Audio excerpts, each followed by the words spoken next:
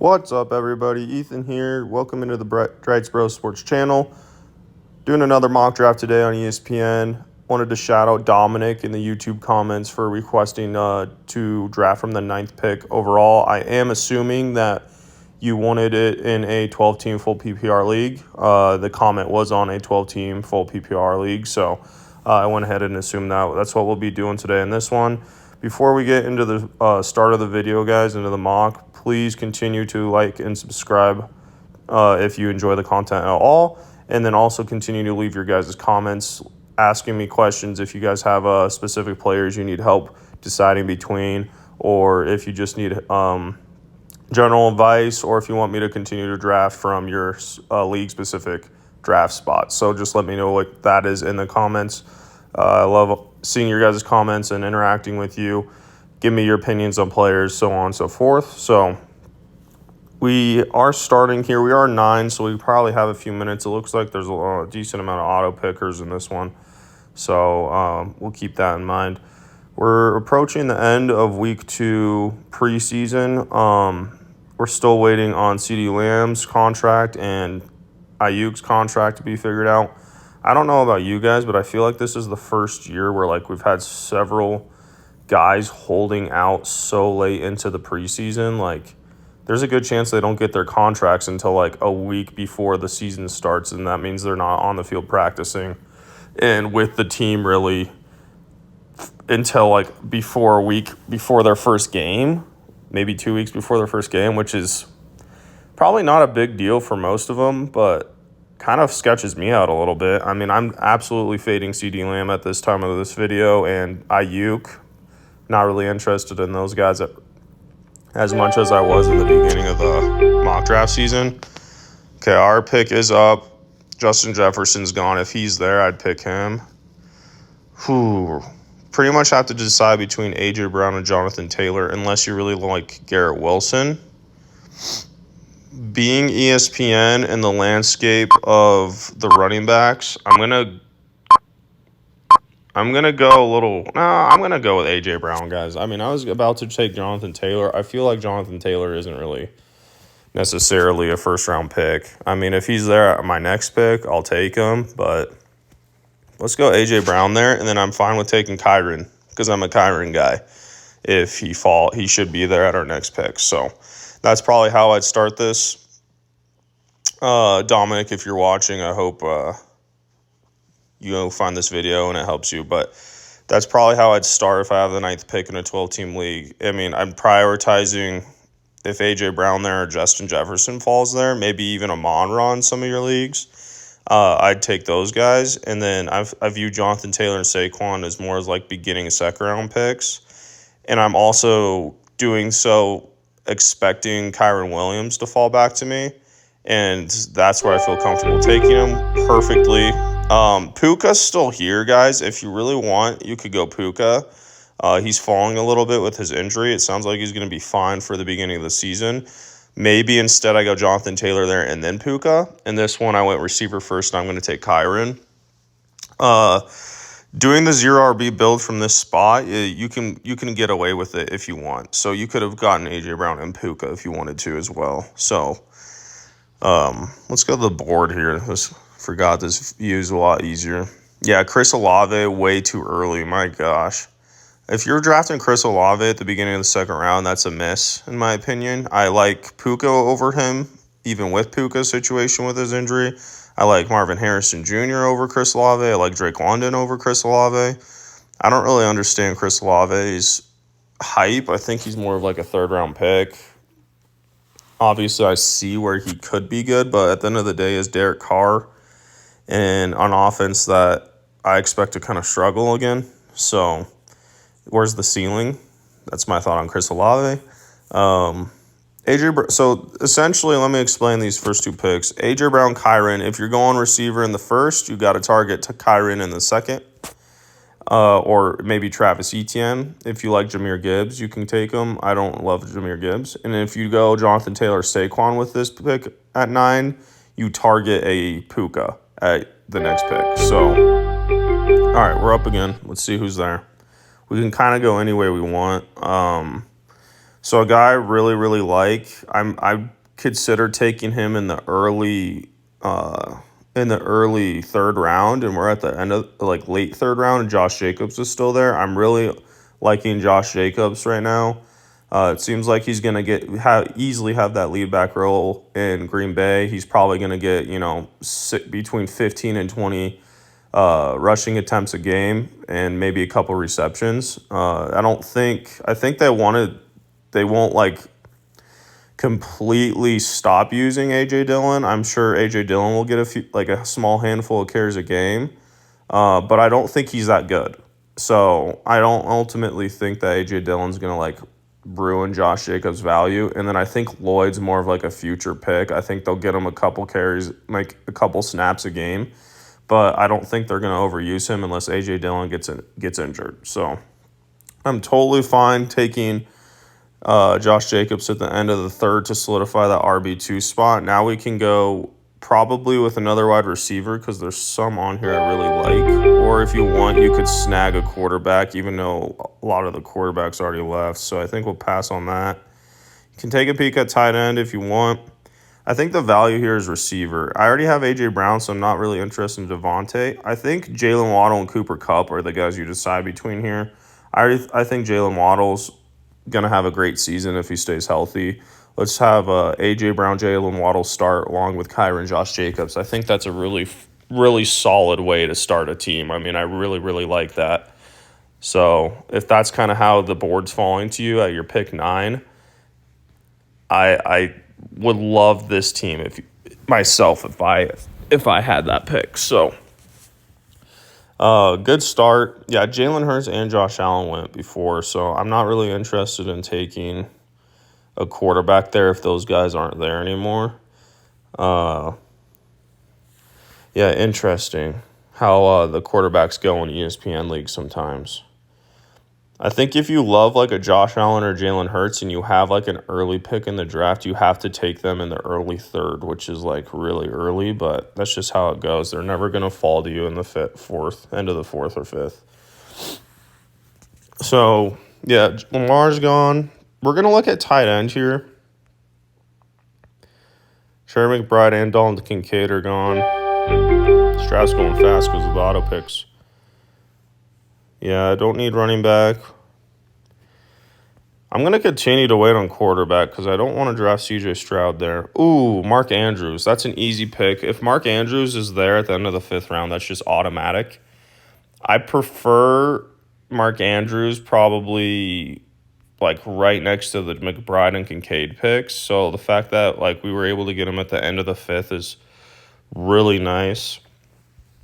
So on this next one, we'll consider quarterback, but we might try to get our quarterback in the 7th round and maybe take a little bit of a risk there. Guys I'm targeting at quarterback this year, I don't love C.J. Stroud in the 5th. I mean, I prefer him to be a 6th-round pick. So maybe we think about him if he's here. But I also like Murray and Love later. And if not Murray or Love, I'm even ready to take Jaden Daniels, a risk on Jaden Daniels this year, Caleb Williams, or if not, Brock Purdy late.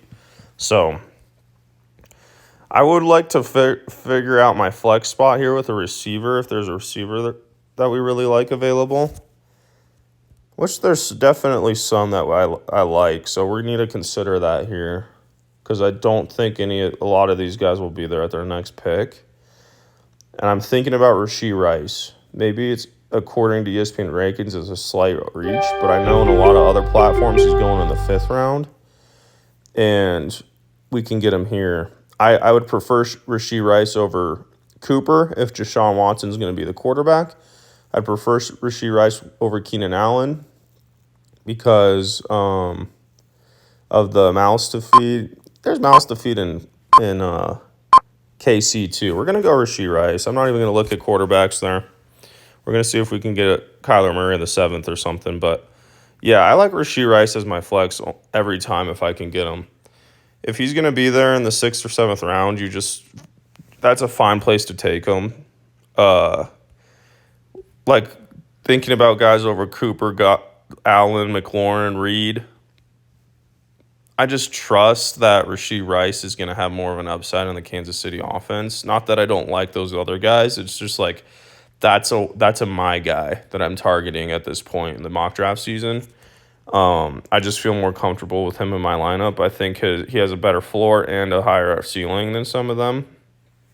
That doesn't mean I don't like them. Like, for the right price, Keenan Allen should be fine this year. With Caleb Williams, he's looking good. McLaurin, I mean, if Jane Daniels shows upside passing, McLaurin could be a high ceiling guy this year. So, things to think about. I'd rather take a Dunze over Keenan Allen. That's kind of my thought process. I'm like just waiting on Keenan Allen. All right, so we missed out on Kyler Murray. This may be a Jordan Love pick here to solidify the quarterback. Yeah, I feel much more comfortable with Jordan Love than Daniels, Williams, or Purdy. So let's go ahead and take Jordan Love here. I didn't want to risk team 11, pick 11 to take Jordan Love. Even though, they had two chances to take Love there. I didn't want to risk that. I'll go ahead and snag Jordan Love there to fill out the roster.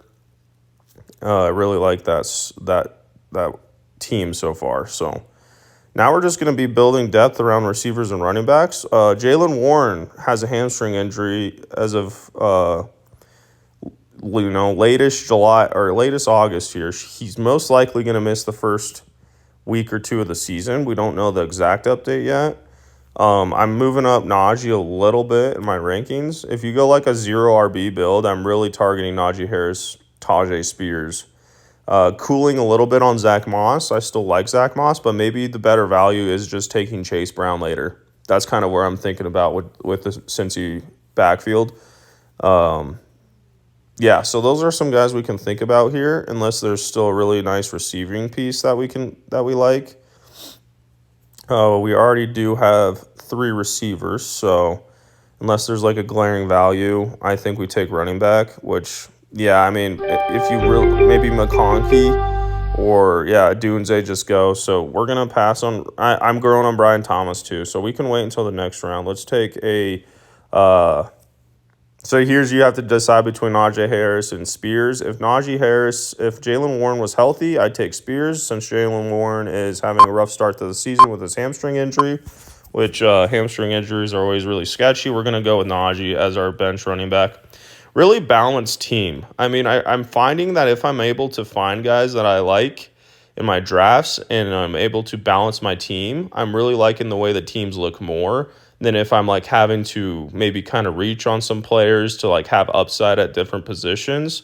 When I'm able to let the board fall to me is when I like my teams the way that my teams look the most, which in this draft I feel like every single pick I've almost had has been due because someone has fallen to me. For example, Mark Andrews fell to me. Josh Jacobs fell to me at the end of the third. In my opinion, he fell to me at the end of the third. I kind of view Jordan Love as falling to me as like that last tier of quarterbacks. So I'm really liking this team. We may go running back again at this pick. Unless, yeah, we're going to go running back again just because I like the upside of some of these guys here. Trey Benson, I really like. Zach Charbonnet's a fine pick. Jerome Ford's a safe pick. I don't think I'm looking for safe right now with the way I'm building this team. We're going to go Trey Benson. I'm really liking Trey Benson. Could have gotten Chase Brown there too because he's probably going to be here in my next pick, but since we've gotten back-to-back running backs, we're going to have to go a receiver here. I'm looking for Brian Thomas. I'm expecting him to be there still. Sounds like the Jacksonville really likes Brian Thomas. Like, he's on the field over Christian Kirk in packages. It's like Brian Thomas and Gabe Davis on the field over Christian Kirk. I'm out on Christian Kirk at this point because of that. I just don't see the ceiling if Christian Kirk's going to be on the field, not on something on my phone. My bad, guys. Like, if he's going to be on the field less, let's take Brian Robinson. If he's going to be on the field less there, I'm out on Christian Kirk, especially because you can get like Jaden Reed or Rice or guys like Ndunze, Keenan Allen at better values even. So, yeah, I really like the way this team's looking. I think I'll finish this draft out before I give it the rating, or at least do like the next 3 picks, and then we'll start talking about the rating of the team. So this draft's going a little quicker because of the auto picks, so I don't think it's going to be too long of a video for you guys. Let me look at the board here. We're still targeting. We don't have a Packers receiver yet. We're targeting Wicks at one of our last picks. Let's go back to running back. Who's still here? Our guy Rico Dowdle's still there. Also Ray Davis is there. We need to continue to build this bench with a couple receivers, though. Yeah, I'm comfortable going with Rico Dowdle here. What round is it? It's the end of the 11th going into the 12th round. Rico Dowdle's totally fine to take there.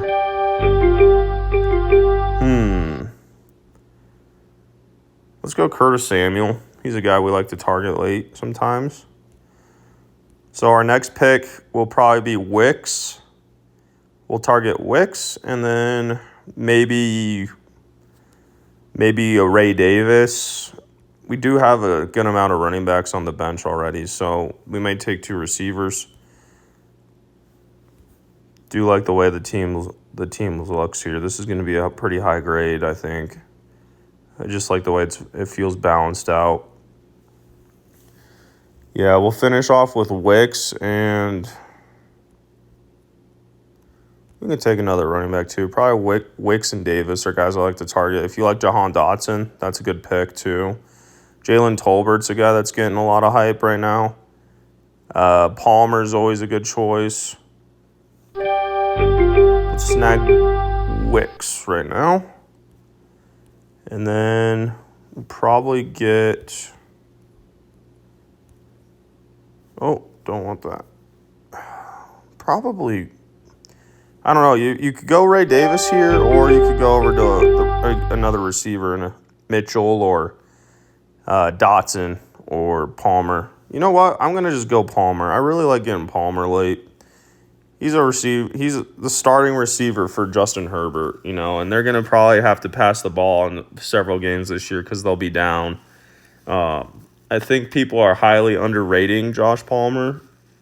I think it's maybe because he's just not known as much, but he's a solid receiver for that team, and he's going to get some targets this year and a lot of opportunities. So I like snagging him late. Maybe could have gone with another running back, but since we got Najee on our bench too and we balanced the team out so well, I'm fine with taking that Josh Palmer pick. Let's finish this out with some random kickers and a random defense, and then we can grade the team out of 10. Like I said before, guys, I hope this video is helpful and entertaining. Thank you, Dominic, again, if you're watching, for being patient. I know it's been a little while since I've been able to get this out and from the time you commented. Here we go. Draft is just about over. Let's start looking at our team here. Pick number 9, we get A.J. Brown. That's an A pick. I mean, I love A.J. Brown this year. He should have a great season once again as long as he's healthy. Thank you, Miller Lite. All right, now, yeah, I like the way it puts it kind of like as your team in order here. It makes it a little easier to look at. So Jordan Love, we take him maybe a tiny bit early, but we wanted to make sure we solidified him as our last of a tier. We'll give Jordan Love like a B pick. He doesn't have much rushing upside, but I think their offense is going to be great. So we'll give that a B pick at quarterback. Kyren Williams, Josh Jacobs, running back room is an A to me. If you can get 2 guys of that caliber to start for you in your running back roles, that's awesome because running back is very hard to come by in ESPN. So I'm going to give that an A. It's very rarely I come out of an ESPN mock draft with a running back room that I feel as solid as I do about Kyren and Josh Jacobs. So that's an A. A.J. Brown, Waddle, Rice, that's another A. Wide receiving room. Starting wide receiving room. A.J. Brown is a first-round pick. He should ball out. Jalen Waddle is in an incredible offense that should be scoring a ton of points this year. With maybe all of the weapons they have there, he should find himself in some good opportunities, with good matchups.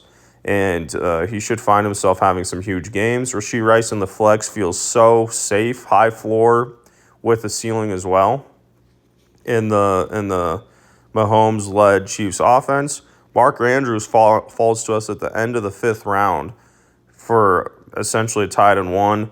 He is, as long as he's healthy, he has a chance to be the tight end 1 in fantasy. So tight end pick in A, receiving room in A, RB room in A.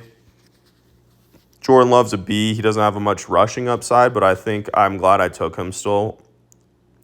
Who cares about defense and kickers? The bench is really good in this. I mean, with Jaylen Warren getting hurt, if you can get Najee Harris still in the 8th round, that seems like a good deal. He's had some good moments in the preseason and in training camp. Trey Benson is a running back I think a lot of people are high on this year. If anything happens to James Conner, Trey Benson's going to kill it. And then also, Trey Benson has some receiving upside.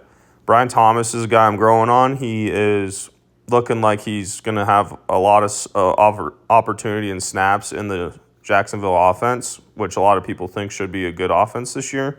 And then we get our usual guys, Rico Dowdle, Curtis Samuel, Wicks, and Palmer, which I feel great about. So this is one of my higher graded teams I'm going to have on the channel. It's going to be at least a 9. I love this team. If you can get this team in your league, I would feel really, really freaking good about it. I'm going to go like a 9.2. I think I maybe gave a video before on the channel a 9.5 grade. For some reason, I'm not going to do that. I don't even know what the reason is. I just feel like a 9.5 is like really high. I do love this team, though, so I'm going to give it a 9.2. Like I keep saying, if this is your team, I am very happy for you. This is a great-looking team. So let me know what you guys think of it in the comments. Maybe let me know what you think of some of the players we talked about. This is going to be it for this one, guys. I hope it found you well. You found it entertaining.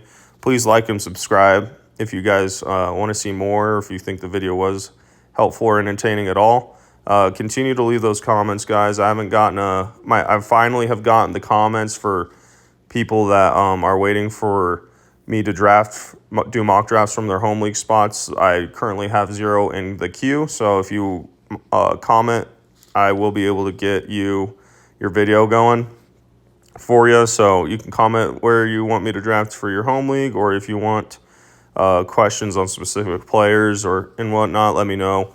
Or just anything that we talked about fantasy-wise, please feel free to leave a comment. Love seeing what you guys have to say about fantasy football. We're coming into the big parts of the fantasy football offseason, so it's getting real. I think a lot of us are going to start having our home league drafts here soon. So, yeah, I appreciate you guys watching. Hope you guys have a good one. Peace out.